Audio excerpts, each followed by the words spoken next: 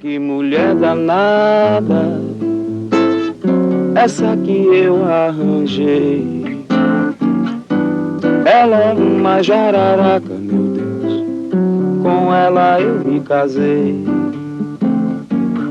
Quando está desesperada, fala, fala pra chuchu. Quando bate as matracas, logo vem o sururu. Ontem eu falando com ela, ela gritou: cala a boca, Zé Bedeu, não se meta comigo, porque na minha vida quem manda sou eu.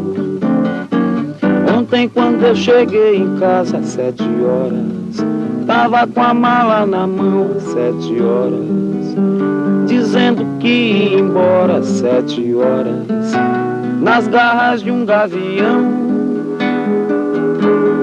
Olhou pra mim e me disse, sem pestanejar: eu vou pro Rio de Janeiro ver o scratch brasileiro jogar.